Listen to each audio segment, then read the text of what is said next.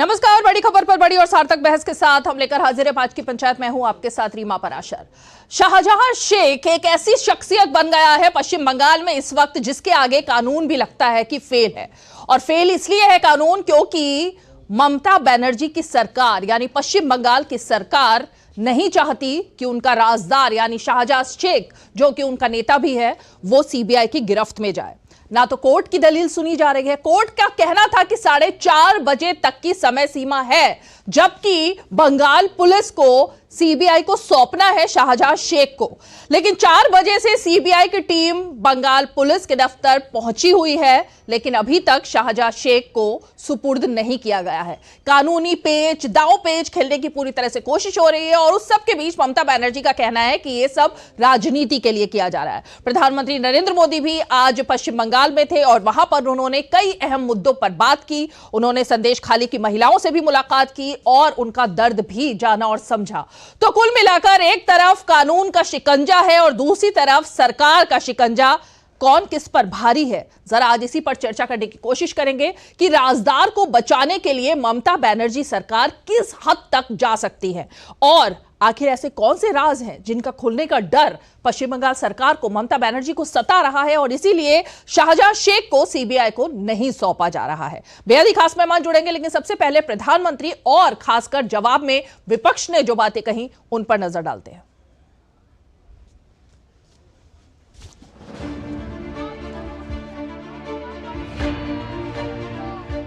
जब मैं गरीबों के लिए, माताओं बहनों के लिए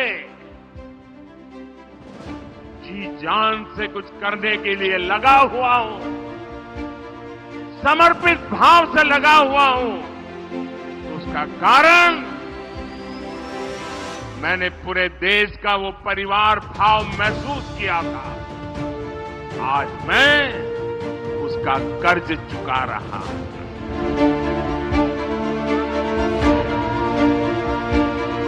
मैं देख रहा हूं कि टीएमसी के माफिया राज को ध्वस्त करने के लिए बंगाल की नारी शक्ति निकल चुकी है।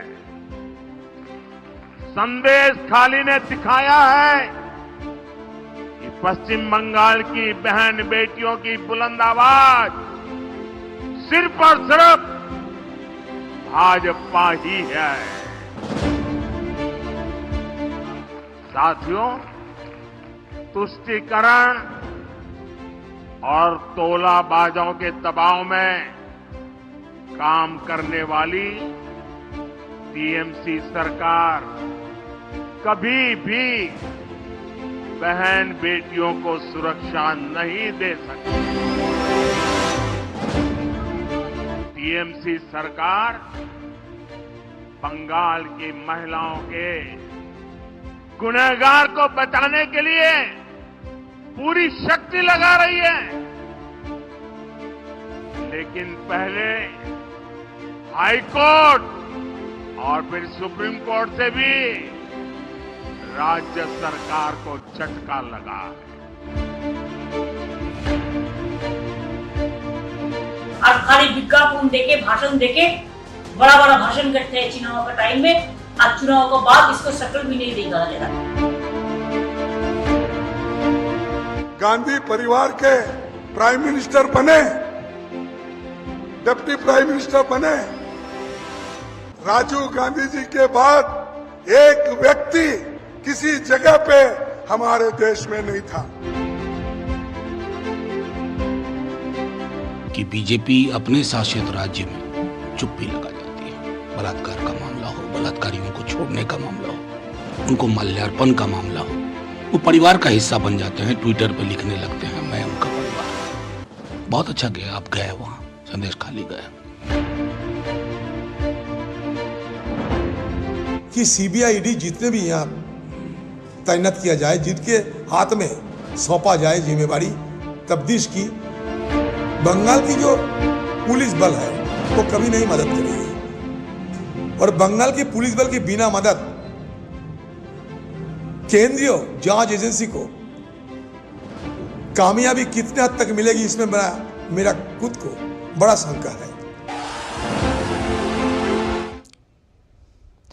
चलिए, तो खास मेहमान हमारे साथ जुड़ेंगे, लेकिन इस वक्त आपको जरा सीधे ले चलते हैं राष्ट्रपति के इस संबोधन पर।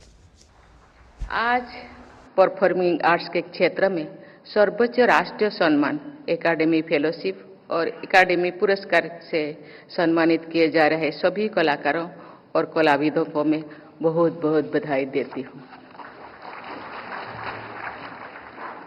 संगीत नाटक एकेडमी ने पिछले लगभग 7 दशकों से विभिन्न कलाविधाओं के प्रोत्साहन एवं प्रचार प्रसार के लिए योगदान दिया है। परफॉर्मिंग आर्ट्स एवं इंटेंजिबल हेरिटेज के क्षेत्रों में इस संस्थान द्वारा किए जा रहे कार्य महत्वपूर्ण है। देवियों और स्वजनों, अनेक प्रतिकूल परिस्थितियों से गुजरने के बाद भी भारत की सभ्यता जीवंत बनी हुई है। इस जीवंतता का एक प्रमुख कारण है भारत की समृद्ध सांस्कृतिक विरासत। हमारी सांस्कृतिक विरासत में परफॉर्मिंग आर्ट्स का महत्वपूर्ण स्थान रहा है। प्राचीन काल से ही कला विधाओं को भारतीय संस्कृति में उच्च स्थान दिया गया है। भरत मुनि के नाट्य शास्त्रों को वेदों के समकक्ष रखते हुए उसे पंचम वेद कहा गया है। उनके नाट्य शास्त्रों में कला विधा की जो व्यापकता एवं समग्रता मिलती है और संसार के किसी अन्य ग्रंथों में दुर्लभ है। देवियों और स्वजनों, गुरुदेव रविंद्रनाथ टैगोर ने कला के बारे में लिखा है कि कला में मनुष्य स्वयं को अभिव्यक्ति करता है। मैं इस धारणा से विश्वास रखती हूँ कि कला केवल कला के लिए नहीं होती है, कला के सामाजिक उद्देश्य भी होते हैं। इसीलिए मैं अनेक ऐसे उदाहरण हैं जो कलाकारों ने समाज कल्याण के लिए अपनी कला का प्रयोग किया। कलाकार अपनी कला के माध्यम से रूढ़ियों और पूर्वाग्रहों को चुनौती देते रहे हैं।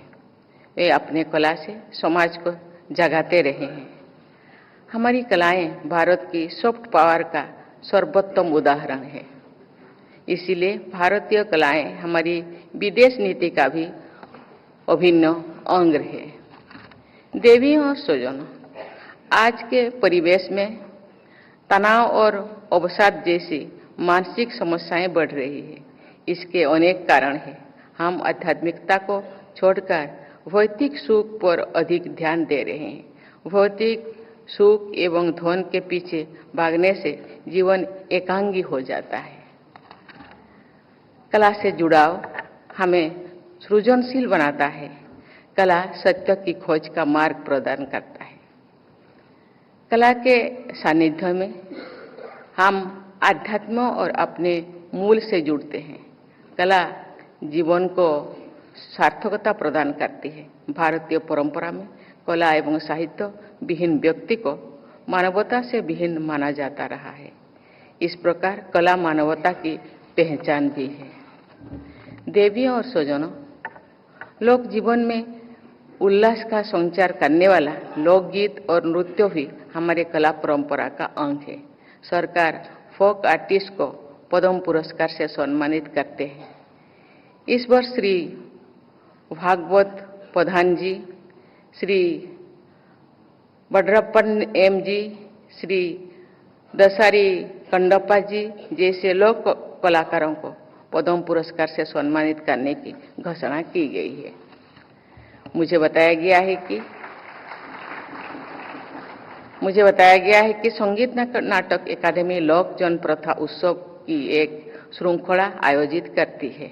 लोक एवं आदिवासी कलाकारों के लिए संगीत नाटक अकादमी द्वारा लोक संगीत एवं लोक प्रतिभा जैसे उत्सवों का भी आयोजन किया जाता है।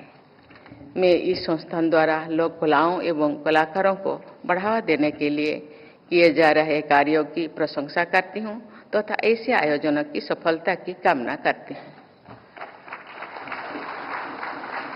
मैं आशा करती हूँ कि ये अकादमी ऐसे कलाकारों को अधिक से अधिक अवसर प्रदान करेगी जो साधन संपन्न नहीं है। देवियों और स्वजनों, कला एवं कलाकारों ने भारत की विविधता को एकता के सूत्रों में पिरोने का कार्य किया है। ये कार्य करके हमारे कलाकारों ने संविधान में निहित मूल कर्तव्यों का पालन भी किया है। भारतीय संविधान के अनुसार प्रत्येक नागरिक का कर्तव्य है कि वे हमारी गौरवशाली सामाजिक संस्कृति का महत्व समझे एवं उसका संरक्षण भी करें। साथ ही लोगों में समरसता एवं भाईचारों की भावना का निर्माण करना, हर प्रकार के भेदभाव को दूर करना तथा महिलाओं की गरिमा पर आघात करने वाली कुप्रथाओं को समाप्त करने भी नागरिकों के मूल कर्तव्य है। इस प्रकार संगीत नाटक अकादमी की गतिविधियां देशवासियों के संवैधानिक कर्तव्यों से भी जुड़े हुए हैं। मैं आज सम्मानित सभी कलाकारों को एक बार फिर बधाई देती हूं। मैं आशा करती हूं कि आप सब संगीत एवं नाटक के विभिन्न रूपों और विधाओं के माध्यम से भारतीय कला परंपरा को और भी अधिक समृद्ध बनाएं। धन्यवाद। जय हिंद, जय भारत।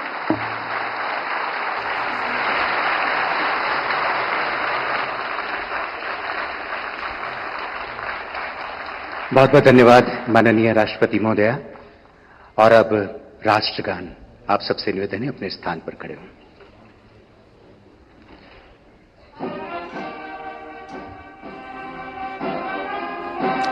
तो दिल्ली के विज्ञान भवन से आप ये संगीत नाटक एकेडमी पुरस्कार जो दिए गए हैं राष्ट्रपति द्रौपदी मुर्मू की तरफ से, उसका सीधा प्रसारण देख रहे थे और उसमें राष्ट्रपति द्रौपदी मुर्मू ने कलाकारों का सम्मान किया और उनके बारे में कई विशेष बातें की। चलिए जरा अब लौटते हैं उस खबर की तरफ जिसने पूरे देश में सनसनी पैदा की हुई है, संदेश खाली। और संदेश खाली का कसूरवार दरिंदा जो कि तृणमूल कांग्रेस का नेता है शाहजहां शेख, अभी तक के मुताबिक सीबीआई की टीम लगातार उसकी कस्टडी मांग रही है, कोर्ट के आदेश का पालन करना चाहती है, लेकिन सीबीआई को अभी तक हाथ नहीं लगा है शाहजहां शेख। चलिए बेहद ही खास मेहमान हमारे साथ जुड़ गए हैं। मैं परिचय अपने खास मेहमानों का करा देती हूं। हमारे साथ बीजेपी का पक्ष रखने के लिए अनुजा कपूर जी मौजूद है, प्रवक्ता भारतीय जनता पार्टी की। हमारे साथ कांग्रेस पार्टी का पक्ष रखने के लिए भावना जैन जी मौजूद हैं, प्रवक्ता कांग्रेस पार्टी की। हमारे साथ सोफिया खान जी हैं जो कि तृणमूल कांग्रेस की नेता हैं, और साथ ही हमारे साथ लेफ्ट के नेता प्रेमनाथ राय जी भी मौजूद है। लेकिन मैं शुरुआत सोफिया जी जरा आप ही से करूंगी।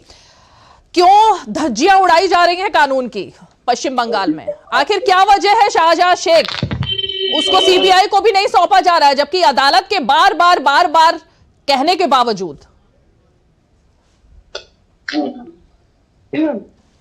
देखिए, ये जो संदेश खाली का जो मुद्दा है, ये ऑलरेडी एक पॉलिटिकल रंग से रंगा हुआ है। भाजपा को एक नया मुद्दा मिला है। ये अलग बात है कि वो मणिपुर के बारे में नहीं सोचते या अन्य जहां भी महिलाओं के साथ गति ऑलरेडी ऑन रिकॉर्ड हो चुका है, वो मुद्दा को नहीं देखते हैं। लेकिन इसको पॉलिटिसाइज रंग दिया गया। सबसे पहले तो कोर्ट का ऑर्डर था कि शाहजहां शेख ने स्टे ऑर्डर ले रखा था, उनके ऊपर जो ईडी की कार्रवाई की गई, ईडी से रिलेटेड बहुत सारे मुद्दे थे। बंगाल में तो ईडी के रेट्स जो है वो हर एक जितने भी तृणमूल के जो लीडर्स हैं, सांसद हो या विधायक हो, उनके ऊपर ईडी का आए दिन जो है वो रेट होता रहता है। मैडम, मेरा सवाल कुछ और था सोफिया जी। सवाल मेरा ये है कि अदालत का जो फैसला है उसको भी पूरी तरह से उसकी धज्जियां क्यों उड़ाई जा रही हैं? अदालत से बढ़कर तो कुछ नहीं है ना देश में।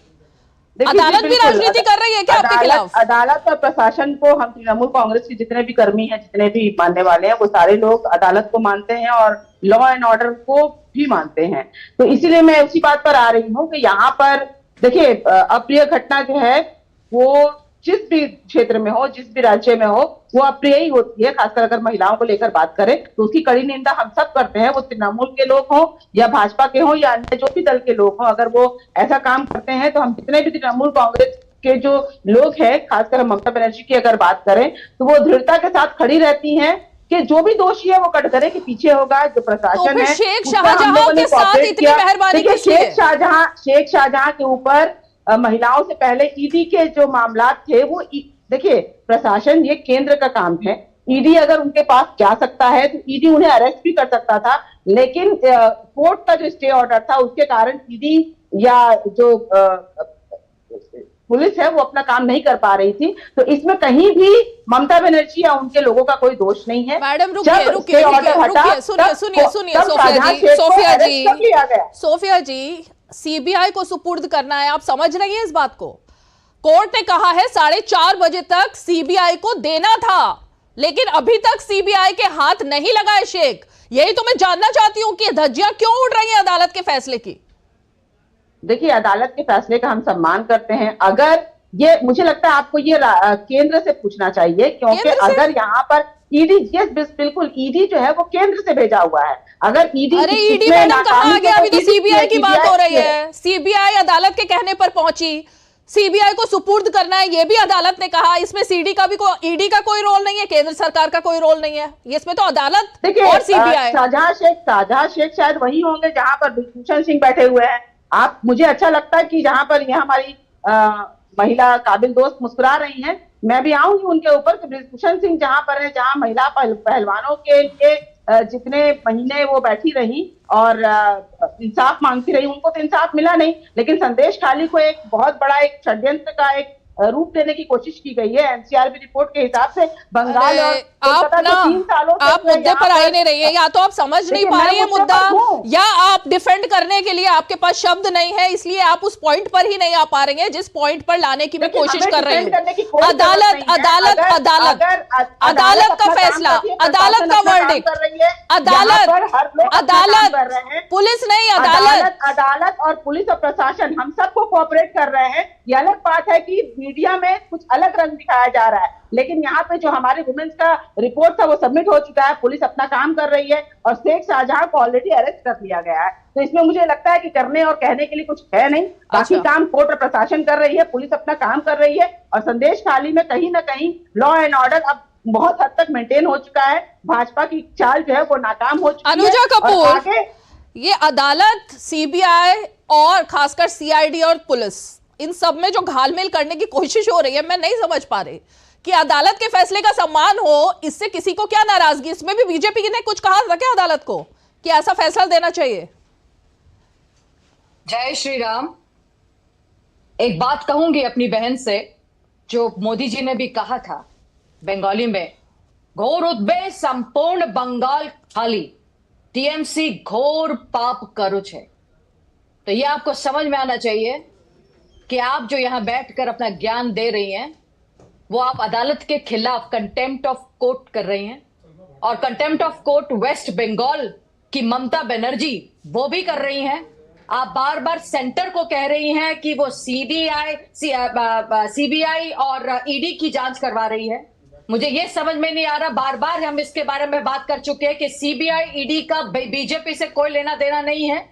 बीजेपी एक पार्टी है, एक एनजीओ पार्टी है, और ये दोनों एक इन्वेस्टिगेटिंग एजेंसीज हैं। और यहां पर तो कोर्ट खड़ा है, आपका कैलकाटा का हाई कोर्ट, आपका सुप्रीम कोर्ट, उन्होंने कह दिया है, जब कैलकाटा हाई कोर्ट का कंटेम्प्ट का ऑर्डर सुप्रीम कोर्ट के अंदर जाता है और वो कहा गया है कि शहनशाह शेख को आप निकाल कर दीजिए, अपनी गोदी में से निकाल कर दीजिए। ममता बनर्जी आपके लाडले सपुत्र को, आपके ब्लू आइड बॉय को निकाल के दीजिए। आप निकाल के नहीं दे रही हैं। 2011 से उसके ऊपर एफआईआर के केसेस चल रहे हैं, आप छुपा के रख रही हैं as a home minister. Police की कस्टडी आपके हाथ में है, आप स्टेट एडमिनिस्ट्रेशन आपके हाथ में है, पुलिस से आप धमकाती हैं। आप अनुब्रुतो मंडल को भी बचा नहीं सकी। आपका जो ये मंडल, जो जतेश्वर आपका मंडल टीएमसी है, वो कहता है उंगलियां काट दूंगा, छील दूंगा, है ना। और अभी आपका टीएमसी का लीडर मोलोय मुखर्जी कहते हैं मैं आपको सीटें ला कर दूंगा। कैसे? पुलिस अधिकारियों के दम से और स्टेट एडमिनिस्ट्रेशन के दम से। ठीक है, आप जवाब दीजिए, उन औरतों का क्या होगा जिनकी इज्जत लूट ली? उन औरतों का क्या होगा जिनको आपने बेच खाया भारत और बांग्लादेश के बीच में? आपसे पूछा जाए, उनकी आपकी जमीनों को तो आपने लिया ही लिया।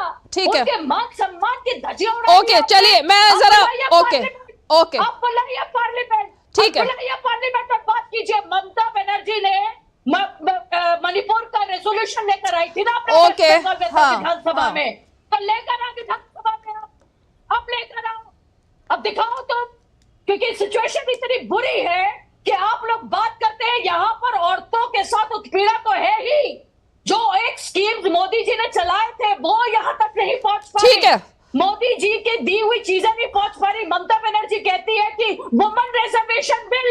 ओके, मैं आऊंगी अनुजा जी, आती हूँ। ओके, आपने ये जो पॉइंट रखा, मैं इस पर जरा भावना जी को अब जरा डिबेट में लेकर आना चाहूंगी। भावना जी, जो एक ऑपोजिशन में रहते हुए कांग्रेस पार्टी को फर्ज निभाना चाहिए था, लेकिन आपने देखा होगा कि बीजेपी सबसे मेन संदेश खाली पर इस वक्त पार्टी बन गई है, लेकिन कांग्रेस पार्टी की तरफ से अधीर रंजन चौधरी हैं, नेशनल लेवल पर कोई बयान नहीं आया है, ना ही निंदा की गई है, ना ही कोई बात कही गई है, ना ममता बनर्जी के खिलाफ एक भी शब्द बोला गया है। आपको लगता है कि भूमिका जो निभानी चाहिए थी नहीं निभा पाए कांग्रेस पार्टी वाले?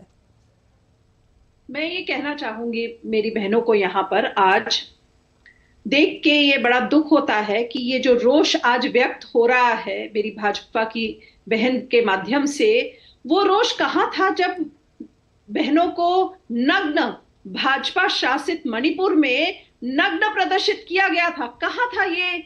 यहाँ जो एनसीडब्ल्यू की चेयरमैन है वो मणिपुर तक गई नहीं। प्रधानमंत्री उन बहनों को मिलने क्यों नहीं गए? 4 महीने मणिपुर जलता रहा, बहनों के साथ अत्याचार होता रहा, आज भी वहां परिस्थिति ठीक नहीं हुई है। तो कहाँ था ये रोष? कहाँ था ये रोष जब हमारी दलित बेटी को हाथरस में जलाया गया? तब कहाँ था ये रोष? मैं ये सवाल आज अपनी भाजपा की बहनों से करना चाहूंगी कि जहां पर आपकी अपनी सरकार है वहां पर आप सवाल क्यों नहीं उठाती हैं? जहां पर भी ऑपोजिशन की सरकार है वहीं पर आप सवाल क्यों उठाती हैं? पहली बात तो ये है। दूसरी बात, जहां पर भी महिला का उत्पीड़न होता है पूरे देश में, कांग्रेस पार्टी उसके खिलाफ लड़ती है और उसके खिलाफ खड़ी है, चाहे वो कांग्रेस शासित प्रदेश हो, हमारे किसी एलाय का शासित प्रदेश हो, या फिर भाजपा शासित प्रदेश हो। मैं तो यूपी की लिस्ट पे लिस्ट गिना दूं अपनी बहन को यहाँ पर कि कितना क्या बुरा हाल यूपी में जो एक क्विक रक्षक है वही रक्षक बने हुए हैं। भाजपा में कितने सांसद, भाजपा के कितने एमएलए, कुलदीप सेंगर का नाम लूं या ब्रिजभूषण शरण सिंह का नाम लूं तो लिस्ट बढ़ती उसकी। भावना जी, सवाल यहाँ पर यही है, आपने भाजपा पर तो 10 इल्जाम लगा दिए कि मणिपुर में उनकी सरकार थी और बंगाल में, ना तो आपकी सरकार बंगाल में है ना आपकी सरकार मणिपुर में थी। तो फिर मणिपुर में तो प्रियंका गांधी वाड्रा हो, राहुल गांधी हो, खड़गे जी हो, तमाम लोगों ने पार्लियामेंट चलने नहीं दी, वहां जाने की कोशिश की गई।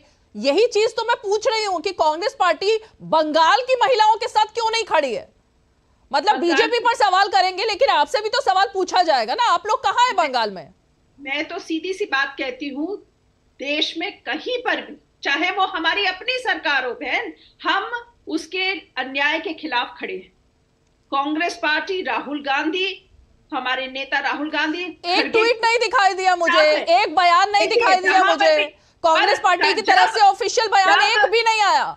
जब अन्याय को पॉलिटिक्स का रंग देकर, जब उसको अन्याय को पॉलिटिक्स का रंग दे दिया जाता है, भावना जी, मणिपुर पर भी फिर ये बात कही जा सकती थी ना, पूरा सेशन खत्म कर दिया, तब भी तो राजनीति हुई थी। ये सवाल आपने उत्तर प्रदेश में नहीं पूछा। बार बार उत्तर प्रदेश के मुख्यमंत्री कटघरे में खड़े हैं, बार बार प्रधानमंत्री मोदी जी वो कटघरे में खड़े हैं। ये सवाल आज उनको पश्चिम बंगाल की बहनों को तो बड़ा लगाव से देख रहे हैं क्योंकि ममता जी दीदी वहां है। भावना जी, आपकी ऑफिशियल लाइन है तो मुझे शौक लग रहा है ये जानकर, ये आपकी ऑफिशियल लाइन है ममता बनर्जी के पक्ष में, तो मुझे शौक लग रहा है कि आपके लोकसभा में पार्टी के जो नेता हैं अधीर रंजन चौधरी, वो चीख चीख कर बोल रहे हैं ममता बनर्जी सरकार के खिलाफ, लेकिन आपकी ऑफिशियल लाइन है कि आप ममता दीदी और उनकी सरकार के बचाव में खड़ी है। तो मुझे समझ नहीं आ रहा किसकी बात को ऑफिशियल समझा जाए। ये समझ में नहीं आता, अधीर रंजन जी कब से पार्टी के नेता नहीं है, तभी तो मैंने पूछा, वो तो ममता दीदी को नहीं बचा रहे हैं।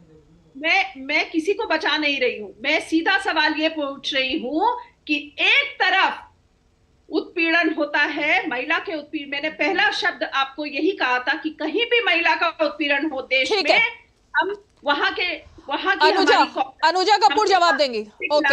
ओके, अनुजा कपूर जी, मैं पूछना चाहती हूँ अपनी बहन जो कांग्रेस से है, उनकी राहुल गांधी कितनी बार संदेश खाली गए, कितनी बार गए? दूसरी बात, खड़गे जी ने बोला प्रधानमंत्री कितनी बार मणिपुर गए? Madam start. संदेश खाली के बारे में खड़गे जी बोले, अरे ये तो छोटी मोटी बातें हैं, तो छोटी मोटी घटनाएं हैं जो हो रही हैं संदेश खाली में। ये बोलती है आप लोगों ने जहां पर राजस्थान का बेड़ा गर्क कर दिया, वहां की औरतों ने बाहर निकल निकल कर भाजपा को वोट कर दिया, आज यहां बैठकर अपने शासक की बात कर रहे हो। अरे आपके हाथों से छत्तीसगढ़ निकल गया, आज यहां बैठकर मणिपुर और उनकी बातें कर रहे हो। अरे मणिपुर की बात करनी है और ब्रिजभूषण की बात करनी है तो जाकर कोर्ट से बात कीजिए। हम तो आए थे पार्लियामेंट में आपके पास, 1 लाख चलो रहे करके बाहर कौन निकल गया था? किसने वॉकआउट मारा था? तो हिम्मत रखते हैं और सुनते हैं अगर कि क्या कहा कि मोदी जी को बुलाया तो बहुत जोर शोर से कहा, है ना? तो अब आप भी आइए, आप भी जाइए प्रदेश खाली में जाकर बात कीजिए। आपके तो खड़गे जी कहते हैं छोटी मोटी बातें हैं, तो आप बताइए कि आपके लिए बलात्कार, एक औरत की इज्जत एक छोटी मोटी घटना है क्या? ये ठीक है चरित्र। प्रेमनाथ जी का रुख करूं, लेकिन क्विक रिएक्शन भावना जी, क्विक रिएक्शन भावना जी। ओके भावना जी, क्विक रिएक्शन, फिर प्रेमनाथ जी का रुख करूंगी। मैंने भी आपसे यही सवाल पूछा कि अभी तक कांग्रेस का कोई भी वरिष्ठ केंद्रीय नेता क्यों नहीं संदेश खाली की महिलाओं से मिलने के लिए, उनके आंसू पोंछने के लिए गया?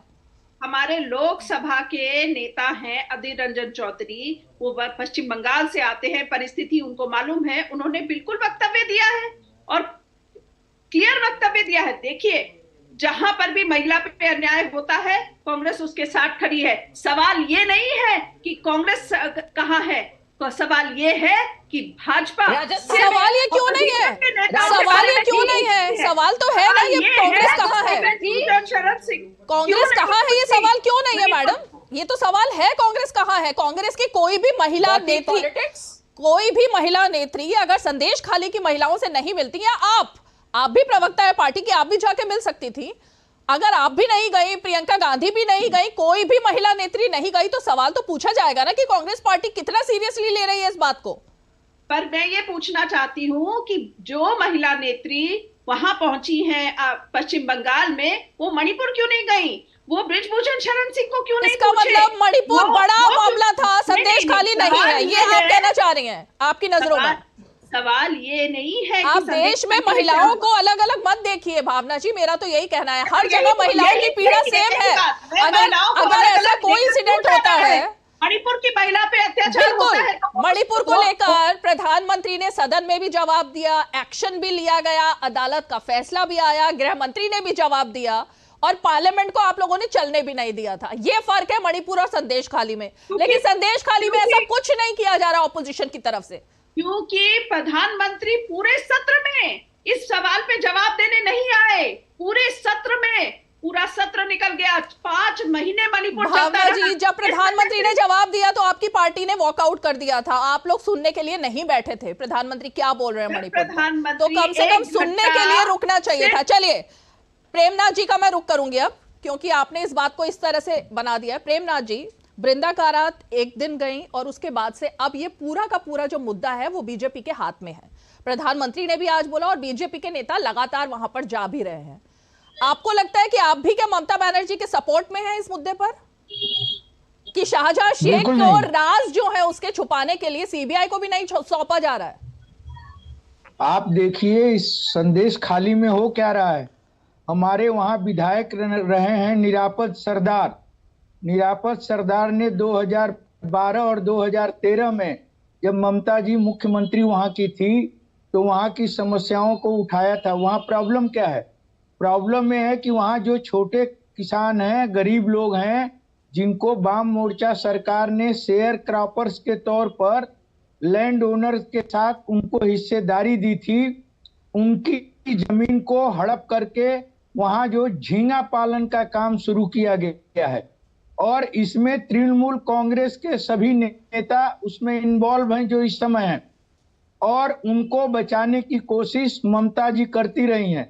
और इसीलिए निरापद सरकार जो हमारे पूर्व विधायक हैं उनको कलकत्ता से गिरफ्तार किया गया ताकि लेफ्ट वहां आंदोलन न चला सके। मैं आपसे कहना चाहता हूं कि प्रधानमंत्री जो है वो महिलाओं के उत्पीड़न के सवाल पर नहीं, और जो डिबेट का तरीका है, जिस तरीके से हम समझते हैं कि हमारे यहाँ भोजपुरी में एक कहावत है कि सूप तो सूप चलनी भी हंस रही है, जिसमें 72 छेद है। भारतीय जनता पार्टी का चरित्र क्या है पूरे देश के पैमाने पर? क्या कर रहे हैं मणिपुर में, क्या हो रहा है उत्तर प्रदेश के हाथरस में, मणिपुर में सब क्या कुछ हुआ हो चुका है। आप लोग इतने पुराना इस तरीके से अपडेटेड क्यों नहीं रहते हैं? भारतीय जनता पार्टी मैं नहीं समझ पा रही हूँ। संदेश खाली की महिलाओं को उनका न्याय मिला। एक मिनट सर, अपने हिसाब से चीजों को प्रेमनाथ जी करके पेश करने ये की शर्मिंदगी की बात है कि शाहजहां शेख शाहजहां, उसकी उत्पत्ति तो आप ही की पार्टी से हुई थी ना? नहीं, हमारी आप पार्टी ही की से पार्टी में था वो, और उसके बाद जब वो पल बढ़ गया और यहाँ तक पहुंच गया तो उसने, अरे सर बैकग्राउंड चेक कीजिए ना, 2011 के बाद बैकग्राउंड चेक कर लीजिए प्लीज, बैकग्राउंड चेक कीजिए। के बाद नहीं है, 13 साल हो गया 2000, मैं आपको वही बता रही हूँ, जब उसको दिखाई दिया कि आप लोग सत्ता से बाहर हो गए। एक मिनट, जब आपको उसको दिखाई दिया कि वो सत्ता से आप लोग बाहर हो गए, अभी वापसी आपकी नहीं हो सकती, उसने पाला बदला और वो पाला बदल के टीएमसी में चला गया। तो उत्पत्ति तो उसकी आप ही की पार्टी से हुई थी, इसीलिए शायद पश्चिम बंगाल की घटना को मणिपुर उसी के साथ जोड़कर देख रहे हैं। और पूरे देश की राजनीति है, उस राजनीति की वो उत्पत्ति है। तो आप ही की पार्टी से तो उत्पत्ति हुई थी ना? लेफ्ट लीडर था ना वो पहले, 2011 से पहले तक। लेफ्ट लीडर नहीं था, उसको बढ़ाया है तृणमूल कांग्रेस ने। 2011 में उसकी क्या स्थिति थी आप पता कर लीजिए। मैं स्थिति की बात ही नहीं कर रही, मैं स्थिति की बात ही नहीं कर रही। जो पहले उसकी शुरुआत हुई नेतागिरी की, वो आप ही की पार्टी से हुई, और फिर 2011 में उसने अपना पाला बदला और वो टीएमसी में चला गया। तो दोनों तरफ उसने तो मलाई खाई ना।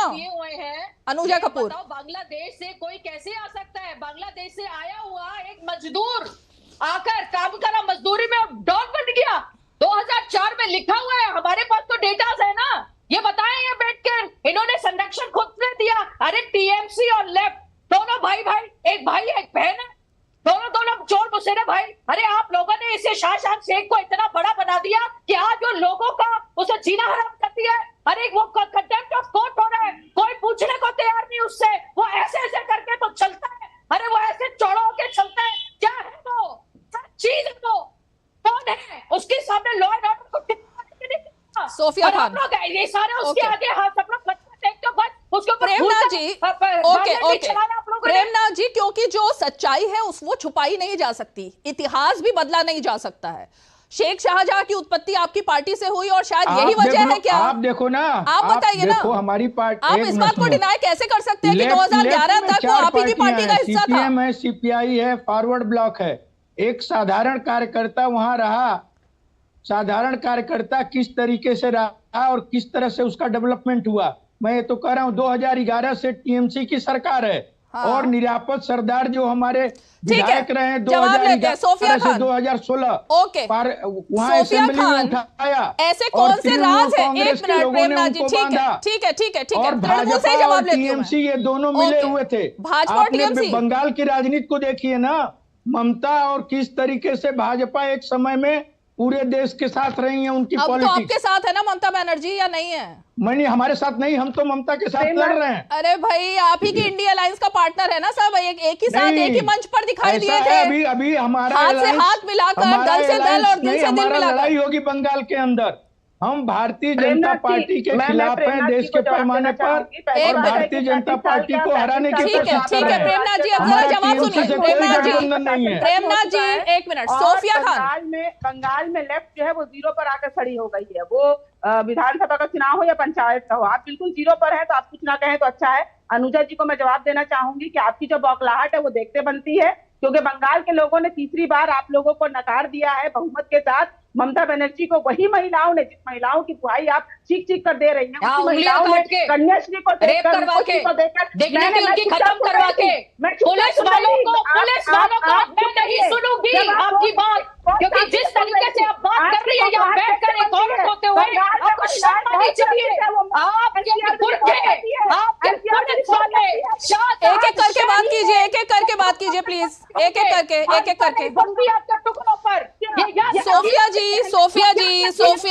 सोफिया जी इतना उत्तेजित, इतनी उत्तेजित मत होइए। सोफिया जी इतना उत्तेजित मत होइए। एक मिनट, एक तो सब लोग अपनी अपनी बारी में म्यूट कीजिए, एक मिनट म्यूट कीजिए। सोफिया जी आप म्यूट है, आपकी आवाज नहीं जा रही, आपकी आवाज नहीं जा रही। मैं सबसे विनती करूंगी सब लोग अपनी अपनी बारी में बोलेंगे। और सोफिया जी इतनी उत्तेजना तो वहां पे महिलाओं में होनी चाहिए ना, जिनको दर्द है, पीड़ा है, वो भी बेचारी पुकार रही हैं कि हमें भी न्याय मिले। लेकिन सोफिया जी एक महिला होकर आप इस तरह से डिफेंड करेंगी शेख शाहजहां को, ये मुझे नहीं पता था।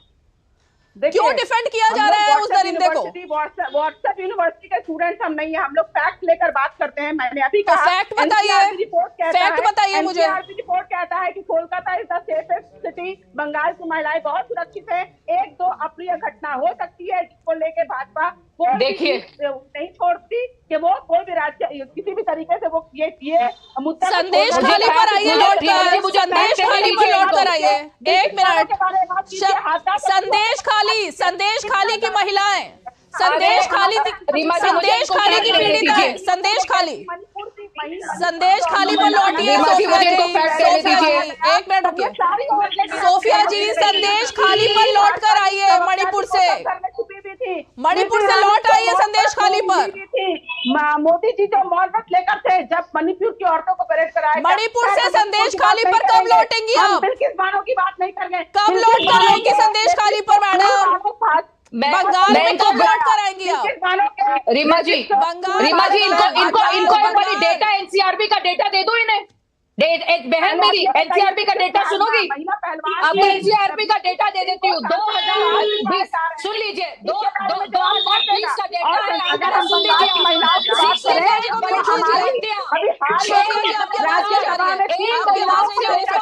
औरतों का, बच्चियों का बलात्कार और उनकी किडनैपिंग। आप सुन लीजिए, आप एनसीआरबी का डेटा सुनिए कि क्या-क्या रिकॉर्ड है। 2020 में पॉक्सो का केस 10,000 से ऊपर, 63% किडनैपिंग, 7,779 केसेस गर्ल्स के, मिसिंग गर्ल्स 19,000 से ऊपर।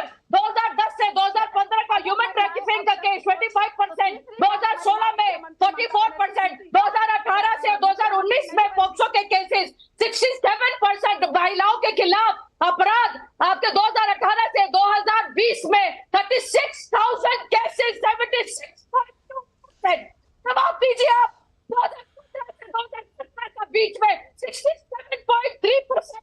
हर एक बात करती है एनसीआरबी के डेटा पास।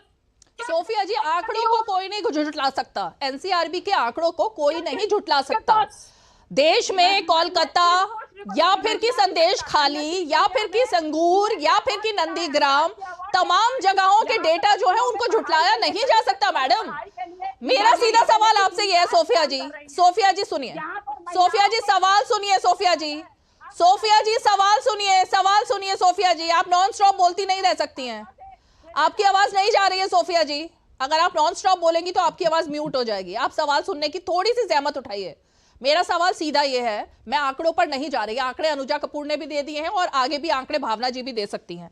मेरा सीधा सवाल है, शेख शाहजहां के पास ऐसे कौन से राज हैं आपकी सरकार के जिसकी वजह से सीबीआई को देने से डर लग रहा है? सीधा सवाल, सीधा जवाब दीजिए।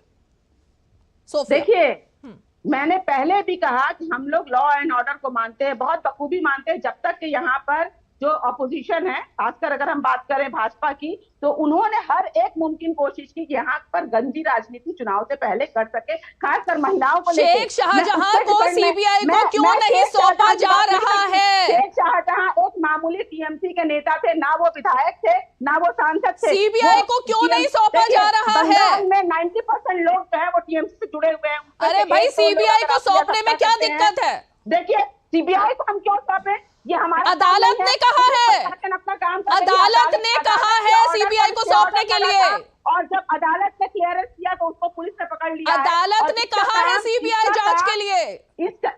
आप बेसिक समझ रही हैं, नहीं समझ रही सोफिया जी? टीएमसी का कोई रोल नहीं है। आप इस बात को समझ पा रही हैं या नहीं समझ पा रही कि अदालत ने कहा है, इसमें बीजेपी ने नहीं कहा? जांच पूछकर अटकलें लगाई जा रही है ताकि मीडिया के सामने छवि को।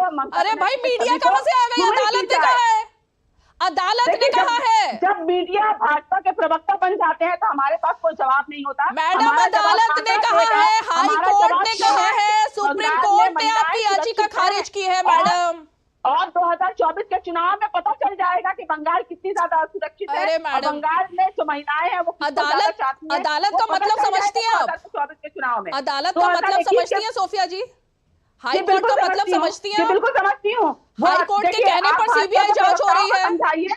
आप हाई कोर्ट के कहने पर जो मणिपुर में नहीं चिल्ला, मैं भाजपा की प्रवक्ता होंगी तब भी यही कहूंगी, कांग्रेस की प्रवक्ता होंगी तब भी यही कहूंगी। अरे ये लोग चुप, कौन मौन अवस्था में चली गई थी? हमारी देखिए, अगर किसी को पढ़ाई लिखाई की समझ भी ना हो और किसी को अदालत का मतलब ना पता हो तो कोई भी प्रवक्ता बन जाओ, उसको समझ नहीं आएगा। जैसे आपको नहीं आ रहा है सोफिया जी, आप नहीं समझ पा रही हैं तो नहीं समझ पा रही कि अदालत का मतलब क्या होता है। अदालत ने अगर सीबीआई जांच की बात कही है तो अदालत कोई बीजेपी की स्पोक्स पर्सन नहीं है। हाई कोर्ट, सुप्रीम कोर्ट किसी के स्पोक्स पर्सन नहीं है। अदालत और प्रशासन का काम हम प्रवक्ता नहीं करते। ये काम जो है अदालत को करने दिए और प्रशासन अपना काम, अदालत ने तो अपना काम कर लिया ना सीबीआई जांच का आदेश देके। आप लोग सुपुर्दी नहीं कर रहे, छुपा कर रखा हुआ है आपने। अगर महिलाओं के साथ अन्याय हुआ है तो वो वोट नहीं करेंगी ममता बनर्जी को। अगर महिलाओं के साथ अन्याय नहीं हुआ है तो सारा का सारा वोट जिंदा बचेंगी तब तो बेचारी वोट करेंगी। जिंदा बचेगी तब तो बेचारी वोट करेगी। आपके गुरखतों को डरा धमका रहे हैं, आपके गुरखे को सरकार को डिफेंड करते करते सोफिया जी, सरकार को डिफेंड करते करते आप ये भी भूल गई हैं कि सही क्या है गलत क्या है।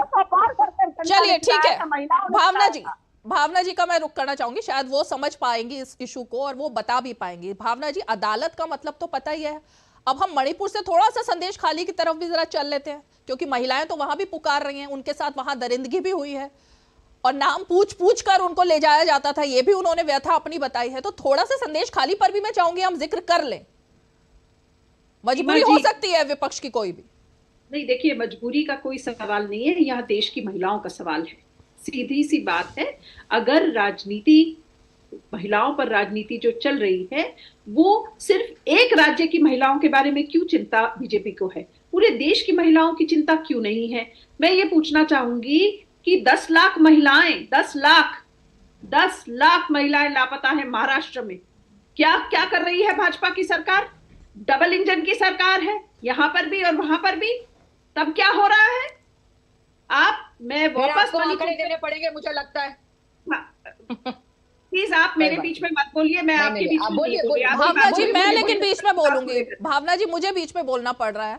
संदेश खाली से क्या दिक्कत है, उस पर आप क्यों नहीं बात करना चाहती हैं? मैं आ रही हूँ संदेश खाली पर भी। मतलब आप महाराष्ट्र पर भी बात करेंगी, मणिपुर पर भी बात करेंगी, छत्तीसगढ़ पर भी बात करेंगी, लेकिन संदेश खाली पर बात नहीं करेंगी, ऐसा क्यों है? देश की महिलाओं की बात कर रही हूँ। वो भी तो देश की महिलाएं हैं। मैं आज देख रही थी रीमा जी, मेरी एक बड़ी चिंता है, मैं आपको वो चिंता का विषय बता देती हूँ, और जिसको सारे देश की महिलाओं को चिंता का विषय होना चाहिए।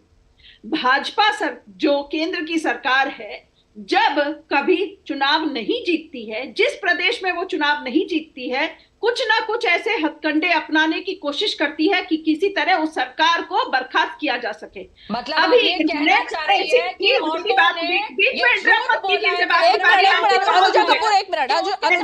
अनुजा जी एक मिनट रुकिए अनुजा जी, आ रही हूँ, रुकिए ना, पूरी बात सुनते हैं वो क्या कह रही हैं। आ रही हूँ आपके पास, मेरी बात पूरी सुन लीजिए, सुन लीजिए, एक मिनट।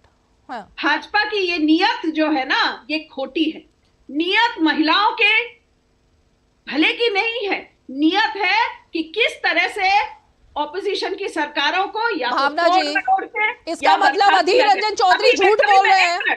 नहीं, इसका मतलब अधीर रंजन चौधरी झूठ बोल रहे हैं। अगर ये भाजपा ने प्लांट किया है, अगर ये भाजपा का प्लांट है तो अधीर रंजन चौधरी झूठ बोल रहे हैं। एनसीडब्ल्यू ने मणिपुर की इतनी बुरी परिस्थिति होते हुए भी कभी ये रिकमेंडेशन नहीं दी कि मणिपुर में राष्ट्रपति शासन लागू होना चाहिए। यहाँ पर पश्चिम बंगाल में क्यों ये रिकमेंडेशन दे रहे हैं कि वहां पर राष्ट्रपति? ये तो अपने नेता से पूछिए ना, अधीर रंजन चौधरी से। भावना जी, अपने नेता से पूछिए वो ऐसी बात क्यों कर रहे हैं। अपने नेता से पूछिए वो धरना क्यों दे रहे हैं ममता बनर्जी के खिलाफ। आपके नेता को क्यों रोका गया संदेश खाली जाने से? ये तो आप अधीर रंजन चौधरी से पूछिए ना, बीजेपी से कैसे पूछ रही हैं आप?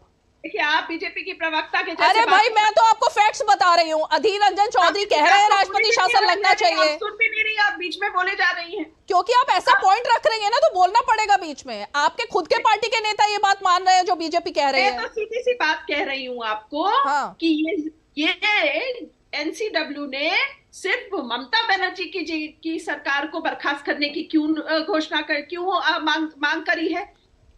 मणिपुर में उनके जो सीएम है, भाजपा के सीएम इतने विफल हुए कि दो समुदाय आपस में एक दूसरे का गला काटने को तैयार है। महिलाओं के साथ जो अत्याचार हो रहे हैं वो सारे देश ने देखा। मैडम पूरे देश ने देखा।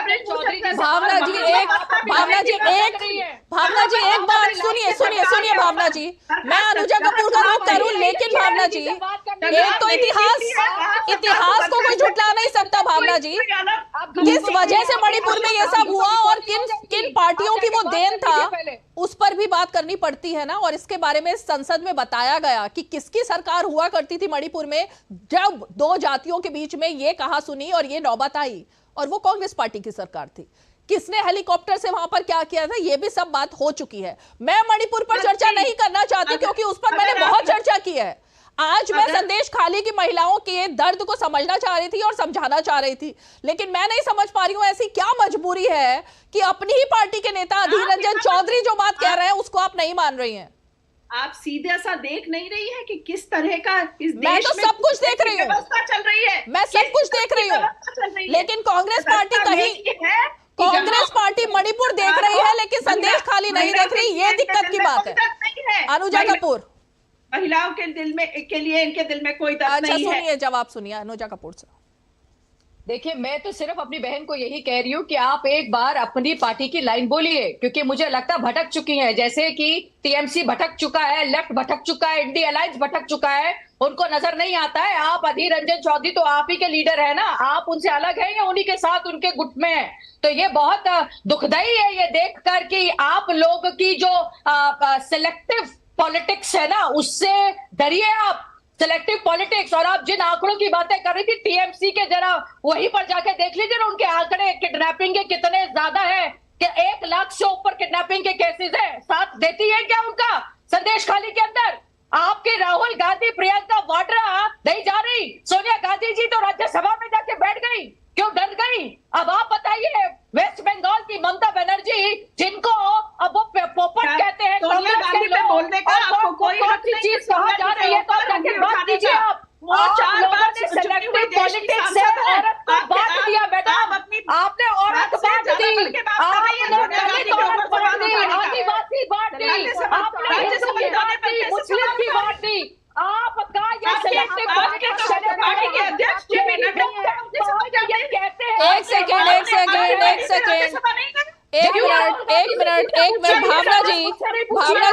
भावना जी अनुजा कपूर एक मिनट सुनिए भावना जी एक सोनिया गांधी के बारे में ऐसी कोई बात नहीं कही उन्होंने जो आपत्तिजनक हो, लेकिन आज मल्लिकार्जुन खड़गे ने प्रधानमंत्री पर जो बात कही है वो जरूर आपत्तिजनक थी। अभी सोनिया गांधी के ऊपर मैंने नहीं देखा कि अनुजा कपूर ने कोई ऐसी आपत्तिजनक बात की हो जिस पर आपको इतना बुरा लगा। उन्होंने हाँ तो वो राज्यसभा में गई है ना, इसमें आपत्तिजनक क्या है? देखिए आप शब्दों का इस्तेमाल किस तरह से करा, क्या किया उन्होंने, क्या कहा उन्होंने ये कहा वो राज्यसभा में जाकर बैठ गई, क्या वो डर गई? ये बोला ना कर रही है सोनिया जी के खिलाफ। मोदी जी के बारे में जहरीला सांप, हाँ वो तो याद नहीं आएगा। अरे आपने जितना गांधी परिवार के बारे में बोला है ना, उसकी तो लिस्ट बनाते जाओ। भाई तो गांधी परिवार के बारे में कुछ नहीं बोला जा सकता है क्या? मैं ये जानना चाहती हूँ। मोदी जी के खिलाफ क्यों वो देश, वही तो मैं कह रही हूँ, जब मोदी जी के खिलाफ बात होती है तो जवाब भी आएंगे ना। सब देख रहे हैं आप लोगों को नेशनल टीवी पर, सब देख रहे हैं। आएगा वक्त आएगा टीएमसी का और कांग्रेस का तो आ ही चुका है। नहीं लेकिन भावना जी मुझे नहीं समझ में आया, कोई आपत्तिजनक बात नहीं कही अनुजा जी ने, कोई आपत्तिजनक बात नहीं कही। देश की महिलाएं पीड़ित है, देश का शोषित वंचित समाज ठीक है, ठीक है, ठीक है, बीच में मत बोलिए प्लीज, बीच में मत कुछ बोलिए। नहीं करते उनके लिए। भावना जी, राज्य में भावना पीड़ित जी, है, एक मोदी जी मिनट, की एक सीट मिनट, तक लागू अनुजा नहीं कपूर, होती। एक मिनट अनुजा कपूर। भावना जी, यही फर्क है ना महिला महिला में। सोनिया गांधी या प्रियंका गांधी या गांधी परिवार की किसी महिला के बारे में अगर एक शब्द भी कोई, वैसे तो ऐसे कोई आपत्तिजनक बात उन्होंने नहीं कही, उन्होंने यही कहा कि क्या वो डर गई, राज्यसभा चली गई, उनके बारे में कुछ भी सुनना इतना ज्यादा आपको गुस्सा दिला रहा है। संदेश खाली की महिलाएं खुद रो रही हैं, उसको आप बीजेपी का प्लांट बोल रही हैं। वो महिलाएं नहीं है, जिस तरह प्रियंका गांधी महिला है, सोनिया गांधी महिला है, या कोई भी महिला है। तो देश की हर महिला समान है, सबका सम्मान होना चाहिए ना। दर्द हमारा दर्द है, देश की हर महिला का। कहाँ आपको इतना गुस्सा आया अभी तक, जितना गुस्सा सोनिया गांधी का नाम लेने पर आ गया? सोनिया जी के अपमान करने पर मैं बिल्कुल अनुजा जी से वो नहीं सहमति तो नहीं जिस तरह वो महिला है, इस तरह संदेश खाली की भी महिलाएं हैं, उनका भी सम्मान उतना ही होना चाहिए। नहीं, उनको न्याय मिलेगा, क्यों नहीं मिलेगा? न्याय मिल ही रहा है। आप लोगों ने मोदी जी की मां के ऊपर टिप्पणी करी, क्या वो औरत नहीं है? वो औरत नहीं है। आप लोग देखिए, ऐसा है, मुझे लगता है जब आप लोगों में दही जम जाती है ना, आप दही मत जमाया कीजिए। आपने डिबेट में आप कैसे बात मत किया कीजिए हमारे सामने, क्योंकि नजर आ जाता है आप क्या बात कर रही है। मोदी जी के बारे में आप बात कर सकती है। सोचा है अपनी सेहत की वजह से वो अगर राज्यसभा में जाना चाहती है, आप इस तरह के सवाल कैसे नहीं, ये बिल्कुल आपको माफी मांगनी पड़ेगी इसके लिए। गलत कहा है आपने। सोनिया गांधी अपनी जगह छोड़कर राज्यसभा चली गई, पूछिए क्यों? जवाब दीजिए क्यों? आपको शर्म नहीं आती, आप इस तरह की बात करती हैं। अरे इसमें ऐसी शर्म वाली क्या बात है? भावना जी, शर्म वाली कौन सी बात कह रही है वो? अरे भावना जी, शर्म वाली कौन सी बात कही अनुजा कपूर ने? एक सवाल पूछा कि सोनिया गांधी राज्यसभा क्यों चली गई। अरे ऐसी शर्म वाली कौन सी बात कही है उन्होंने? मैं नहीं समझ पा रही हूँ। अब क्या पिछली बार 1.5 लाख वोटों से 2 लाख? अरे भावना जी, थोड़ा धैर्य रखिए, एक मिनट। ये रीमा जी, ये बिल्कुल गलत है। अरे उन्होंने शर्मनाक क्या बात कही, ये तो मैं नहीं समझ पा रही हूँ, बता दीजिए एक बार। उन्होंने क्या कहा ऐसा? शब्दावली का इस्तेमाल की बात कर रही हूँ। उन्होंने कहा है सोनिया गांधी राज्यसभा क्यों, मतलब क्या होता है? अगर उन्होंने अपनी सेहत की वजह से चुनाव प्रचार, हाँ तो ये आराम से बात की जा सकती है ना, इसमें इतना गुस्सा किस लिए? इसमें इतना गुस्सा किस लिए? इस्तेमाल करने का क्या मतलब है? देखिए, ये सिर्फ महिलाओं का अपमान करना जानते हैं। कोई अपमान नहीं हुआ है, अपमान करना इनको आता है। कोई अपमान नहीं हुआ है। भावना जी, समझने में फेर है आपका, कोई अपमान नहीं किया गया सोनिया गांधी का, ना ही प्रियंका गांधी का, कोई अपमान नहीं किया गया। उन्होंने कहा वो राज्यसभा क्यों चली गई, क्या उनको डर लग गया, उन्होंने ये बात कही है। इसमें ये शब्द उन्होंने जिस टोन में बात करी, जिस अब उनकी टोन तो आप मत तय कीजिए ना, उनकी टोन तो मत तय कीजिए, उनकी टोन रहने दीजिए ना, ये तो वो डिसाइड करेंगे उनको कैसे बात करनी है। अपमान वाली जिस भाषा में उन्होंने कहा है, ये क्या बात होती है कि आप किसी नेता के बारे में ये डिबेट हो रही है, संदेश खाली पे ये डिबेट कर रही है के बारे में आप इस तरह की वक्तव्य दे रही हैं। आप किस तरह से बात कर रहे हैं? भावना जी, इतना हद मत होइए, संदेश खाली की महिलाओं पर बात करते हैं। रुकिए, संदेश खाली की महिलाओं पर लौट कर आते हैं। प्रेमनाथ जी के पास में चलती हूँ, थोड़ा सा तब तक शांत हो जाएंगे। प्रेमनाथ जी, क्या लेफ्ट का गढ़ पूरी तरह से खत्म हो चुका है जो एक समय में था? जो बात सोफिया जी ने कही कि आप तो वहां पर 0 पर हैं और इसीलिए आप किसी भी मुद्दे को कैसे भी उठा ले, कोई फर्क ही नहीं पड़ता है। प्रेमनाथ जी देखिए, ऐसा है कि चुनाव में जनता का समर्थन लेना एक अलग मुद्दा है। वामपंथ जनता के लिए काम किया और जिस सवाल पर जिस तरह से डिबेट यहाँ हो रहा सुन रहा था मैं, सवाल ये नहीं है कि सोनिया गांधी क्यों जा रही हैं, ये उनका विजन है, उनकी पार्टी का विजन है, वो राज्यसभा में जाएं या लोकसभा का चुनाव लड़ें। सवाल ये है कि उस पार्टी की नीति क्या है। पश्चिम बंगाल में पिछले जो टीएमसी का शासन है, ये टीएमसी का शासन बहुत ठीक नहीं है। वहां पर जिस तरीके से एक समय में भाजपा और टीएमसी दोनों मिल करके चीजों को डाइवर्ट करने की कोशिश कर रहे हैं, उसका ये सर, नतीजा है। अब तो वो हाथ आज भी मिलाती हुई और प्रधानमंत्री मंच पर सीताराम एक येचुरी मिनट के सुन साथ लीजिए। दिखाई दी थी ममता बनर्जी। देश के ये लेटेस्ट फोटो पर बात कीजिए ना, 5 साल पुरानी बात क्यों कर रहे हैं आप? संदेश खाली पर बोल रहे हैं, उनको मणिपुर पर भी बोलना चाहिए। लेटेस्ट फोटो पर से बात कीजिए, पार्टी का दृष्टिकोण क्या है? लेटेस्ट फोटो पर बात कीजिए। मुझे नहीं अच्छा लग रहा है बार बार टोकना, लेकिन सब लोग मणिपुर पर बात कर रहे हैं जिस पर इतनी बात हो चुकी है। आप जो है एक एंकर के तौर पे बात करिए। आप जो है किसी पार्टी की प्रवक्ता नहीं है। मैं सिर्फ एक महिला होने के नाते आज बात करना चाहती थी, क्योंकि मुझे बड़ा दर्द होता है जब देश के एक राज्य में वीजा लेकर जाना पड़ता है, जब शेख शाहजहां जैसा दरिंदा जो है वो सीबीआई को सुपुर्द नहीं किया जाता, और आप यहाँ बैठकर उसको डिफेंड करते हैं। जो लोग भी दोषी हैं, ठीक है, उनके खिलाफ कार्रवाई होनी चाहिए। चलिए ठीक है प्रेमनाथ जी, किया जाना प्रेमनाथ जी, उनको सजा देना चाहिए। आप जिस जनता की बात कर रहे हैं प्रेमनाथ जी, सहमत नहीं है। ओके, आप जिस जनता की बात कर रहे हैं ना कि आप जनता के लिए काम करते हैं लेफ्ट पार्टीज, उस जनता ने अब आपको पूरे देश से ठुकरा दिया है। अगर आप ये जनता के मुद्दे उठाते तो शायद जनता फिर सोचती, लेकिन नहीं हो पा रहा है ऐसा। जनता ने हमको ठीक है वोट नहीं हाँ, दिया, ठुकरा दिया जनता ने, इस बात को एक्सेप्ट करना पड़ेगा। चलिए, बहुत बहुत शुक्रिया आप सभी खास मेहमान आज 5 की पंचायत में हमारे साथ जुड़े। और इसीलिए जब बात शेख शाहजहां जैसे लोगों की आती है, दरिंदों की आती है, भगोड़ों की आती है, तो फिर उनको प्रोटेक्शन आखिर किस बिना पर दिया जाता है? इसके पीछे सवाल तो एक ही खड़ा होता है कि क्या कुछ ऐसे राज हैं जो कि वो अपने पास, अपने दिल में समाये बैठा है, और इसीलिए सरकार को डर है कि सीबीआई के पास जाते ही वो सारे राज खुल जाएंगे और उसका असर चुनाव पर पड़ेगा। शायद इसीलिए अभी तक जो नतीजा है वो नील बटे सन्नाटा है। चलिए, आज 5 की पंचायत में इतना ही। कल फिर होगी मुलाकात, तब तक के लिए हमें दीजिए इजाजत। नमस्कार।